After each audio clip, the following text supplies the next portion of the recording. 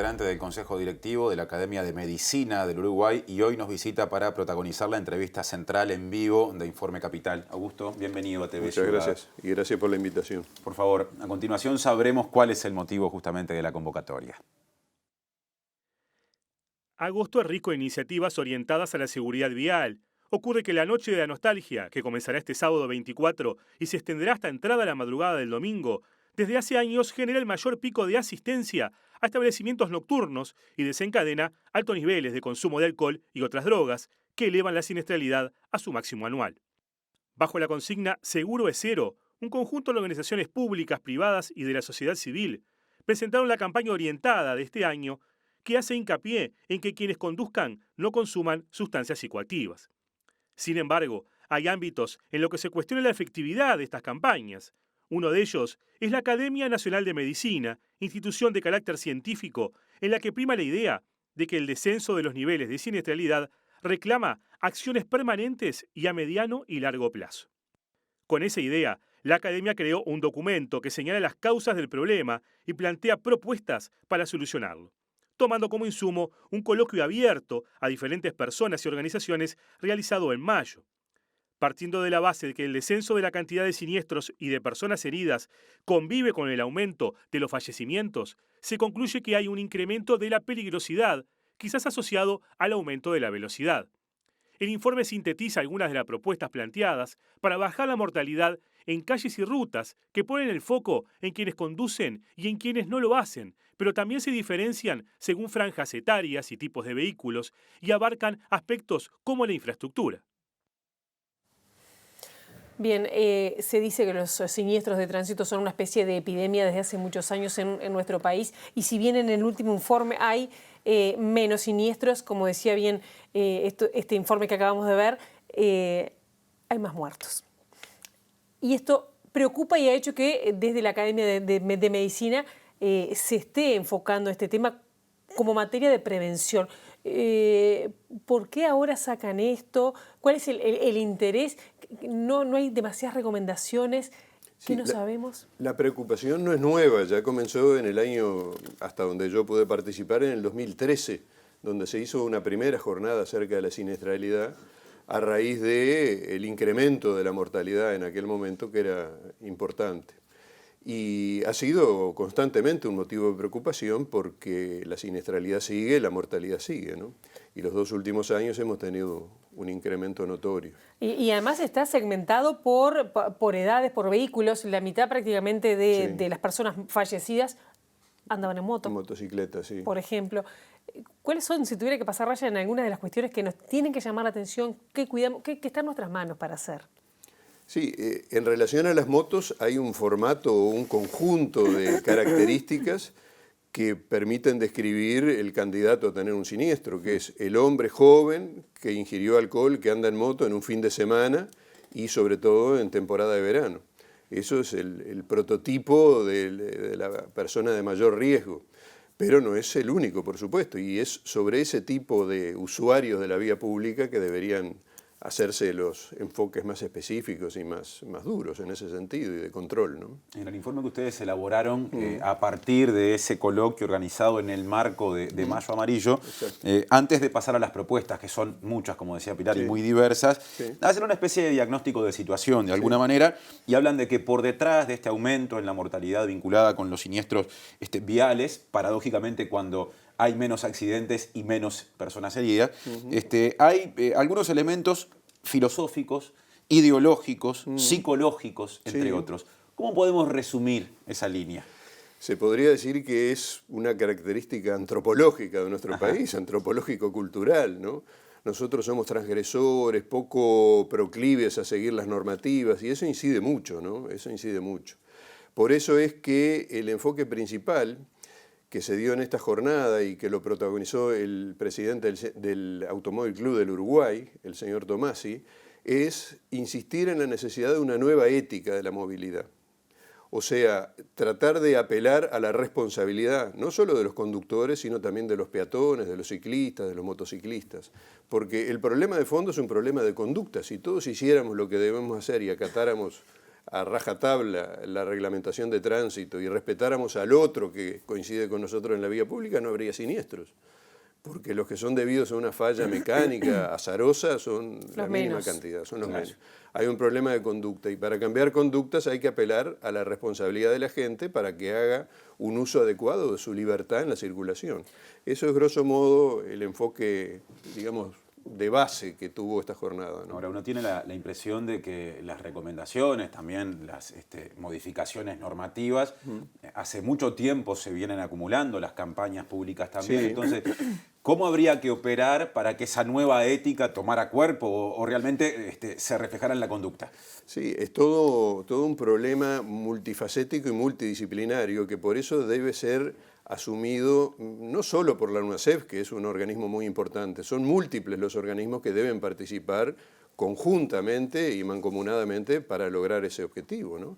La educación, la promoción de la salud, el Automóvil Club, las academias de enseñanza de la conducción, los medios de difusión y medios de comunicación, todos ellos en lo que a nosotros nos gustó denominar un verdadero sistema nacional de asistencia al trauma, ¿no? Claro. Porque en el fondo el problema es la asistencia del trauma, ¿no? La consecuencia. La consecuencia es el trauma.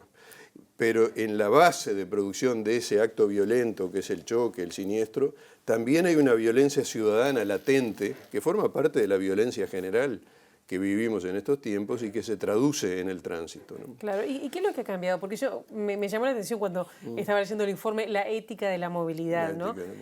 Como cambiar el concepto, ¿no? Es el deber ser de cómo nos tenemos que manejar en la ciudad. Exactamente. Y no es una cuestión solo de ser automovilistas. No, para nada. ¿Qué es lo que tenemos que cambiar? ¿Qué pasos? ¿Qué ha cambiado? Porque será porque antes casi que no había tantos autos, mirábamos más.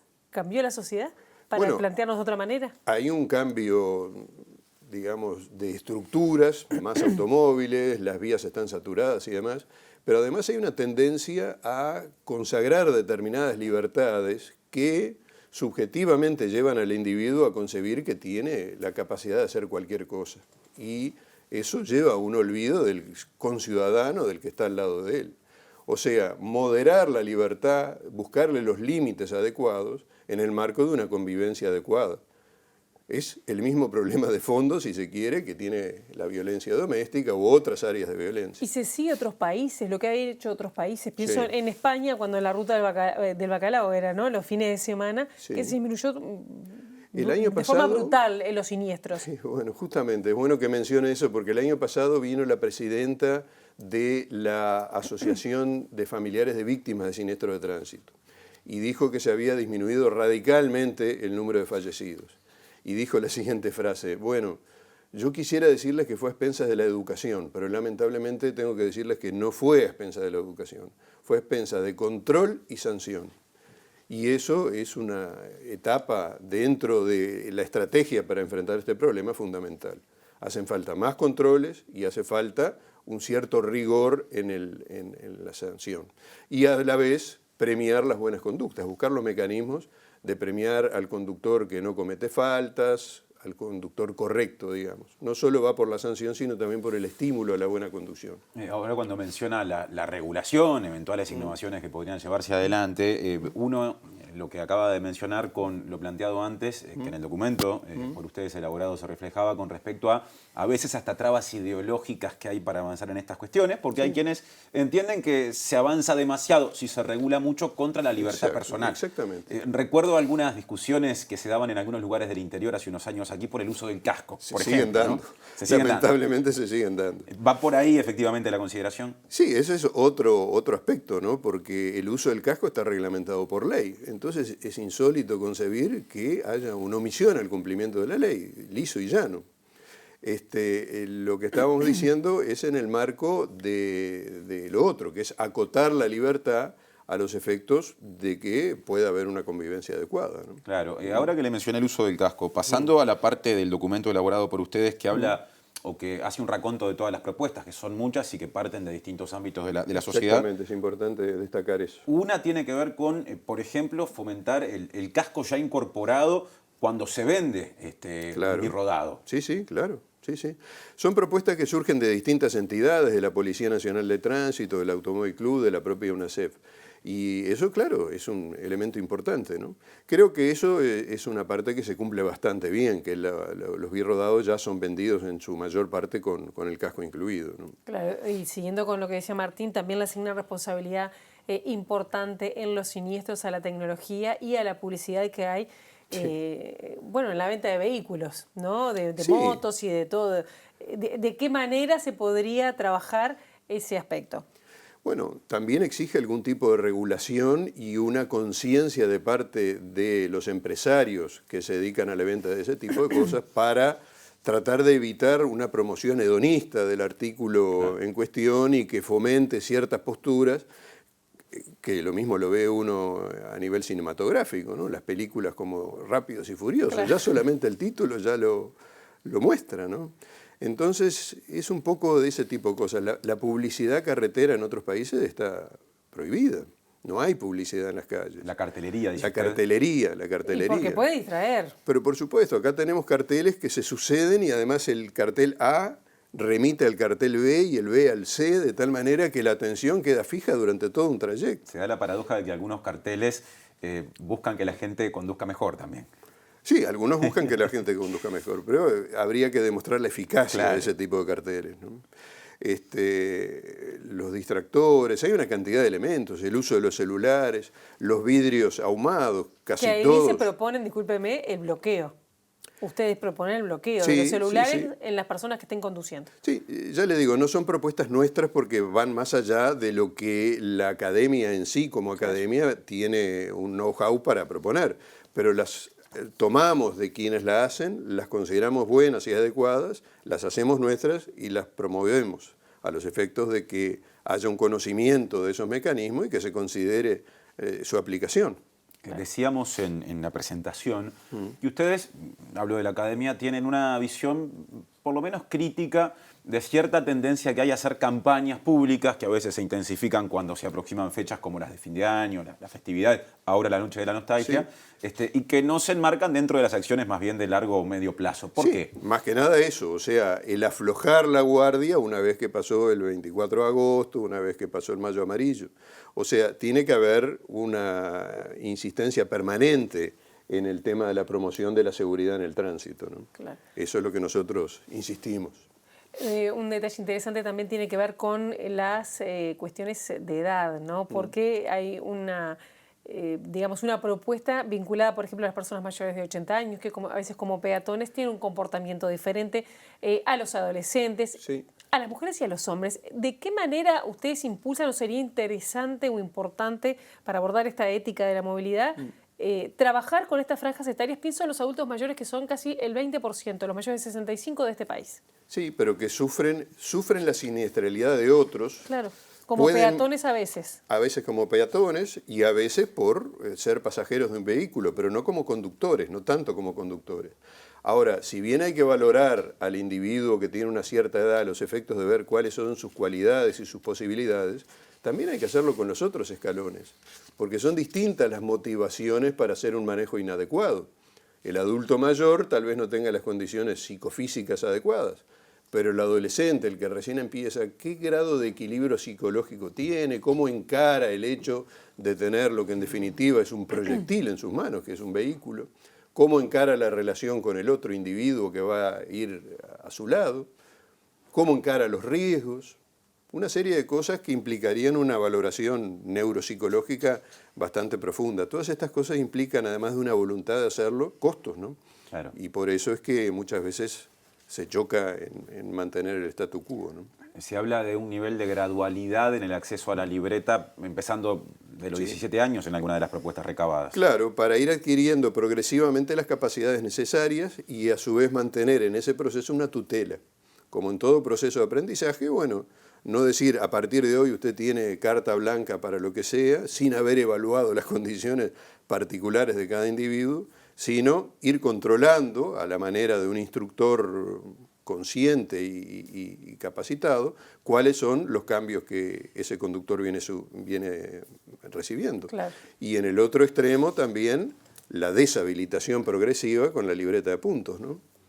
Ahora que yo estaba pensando justamente en la libreta de puntos, estaba pensando que algunas medidas que se han impulsado, por ejemplo, que tienen que ver con, bueno, que no se puede tomar con alcohol, es decir, tolerancia a cero, a pesar de que se sigue a veces discutiendo, lo dijo, si mal no recuerdo, el candidato por el Partido Nacional, Lacalle Pou, de que por lo menos se pudiera regresar y tomar un poco. Sí. Por ahí pueden ir, seguir siendo profundizando esas medidas. ¿Son suficientes? ¿No son suficientes? El porcentaje de conductores con alcoholemia positiva en siniestros que tuvieron lesionados no solo no ha disminuido, sino que ha aumentado ligeramente al correr del tiempo. Eso lo muestran las propias cifras de UNICEF.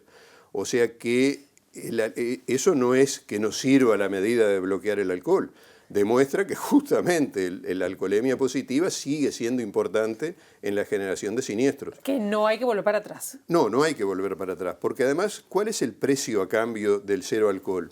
La satisfacción de haber tomado una copita. Y creo que es demasiado barato para pagar ese precio por la seguridad de un conductor que ya está habituado a no tomar alcohol cuando va a tener que conducir después de una fiesta y el irse turnando y demás. Nada va a ser mejor que el cero alcohol. ¿Y van a hacer alguna otra propuesta pensando en el Parlamento, alguna ley, algún decreto que pueda en ese camino de fortalecer esta ética de la movilidad? No, nosotros no tenemos, aparte de este documento, que tampoco es una etapa final, sino que puede considerarse un documento intermedio para seguir trabajando, como lo venimos haciendo desde el 2013. La cuestión es que estas cosas prendan en quienes tienen la capacidad de llevarlo adelante en categoría de ley y que realmente lleven esos proyectos en mancomunión con los técnicos que están capaces, que tienen la capacidad de decidir cuáles son los aspectos a incorporar, ¿no? Augusto, siguiendo por la línea que marcaba Pilar de asuntos vinculados a la agenda pública de hoy, hay un fenómeno relativamente nuevo y que va en aumento y es la cantidad de gente, en general joven, volviendo a las motocicletas, que trabaja en moto haciendo reparto, lo que ahora le decimos delivery. Sí. Muchas veces sin la más mínima protección legal, porque hay empresas que se desligan de la responsabilidad, se genera un vacío. Exacto. ¿Qué comentario puede hacer al respecto de otro elemento muy común en los siniestros de tránsito? Y que hay que involucrar a los empresarios también en esto, ¿no? Tienen que ser responsables de las condiciones de trabajo que le imprimen al delivery, porque no le pueden estar exigiendo, como a veces también ocurría en las líneas de ómnibus, un recorrido en determinada cantidad de kilómetros que era imposible de cumplir sin exceder el límite de velocidad. Y acá es lo mismo.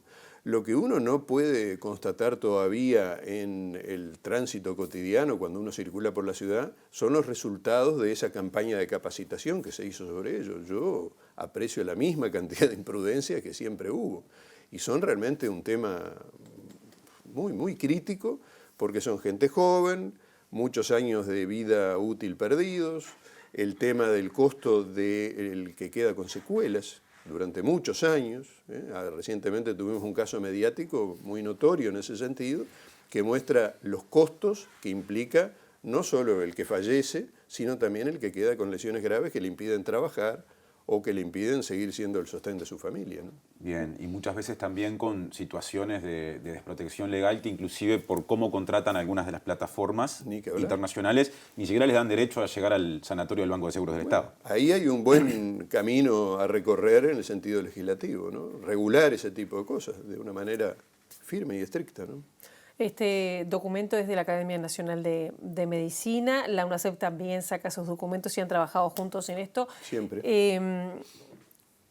No son suficientes. ¿Por qué sacar, otro documento reforzando, por más que sean de trabajos distintos? Es decir, somos tan desordenados, sí. más que otros países. Sí, sin duda. Sin duda, somos mucho más desordenados que otros países. ¿Pero eso es una presunción o es un estudio? No, eso, bueno, digamos... Como somos pocos... Es la suma de constataciones, ¿no? Hace poco un ciudadano alemán me decía que para ellos el reglamento de tránsito es una obligación. Para nosotros parece ser una sugerencia, me decía. Y es verdad, yo estaba una vez en Alemania y en una avenida muy amplia, cuando vi que se encendía la amarilla, bajé el cordón de la vereda. Y frenaron en seco todos los autos que venían, mirándome a ver qué iba a hacer yo cuando todavía estaba encendida la luz amarilla. O sea, ya está absolutamente afirmado dentro de la conducta ciudadana. Y la respuesta a su pregunta de por qué hay que hacer esto continuamente es porque lo que no cambian son las conductas. Seguimos cruzando con roja, seguimos viendo en los semáforos descender, porque el peatón también es causante de todas estas cosas, ¿no? Vemos el amarillo y nos tiramos de cabeza. Y nos tiramos de cabeza cuando no con la roja. Y bueno, eso pasa también con el automovilismo. Ahora se dijo que las nuevas cámaras regulan la multa en el momento en que la rueda delantera pisa la banda ancha blanca, que es donde debe frenarse. ¿Y dónde queda la normativa de frenar cuando uno tiene la amarilla delante? Augusto, le agradecemos mucho por la presencia y bueno, seguiremos con atención este tema. Gracias especialmente. Con mucho gusto.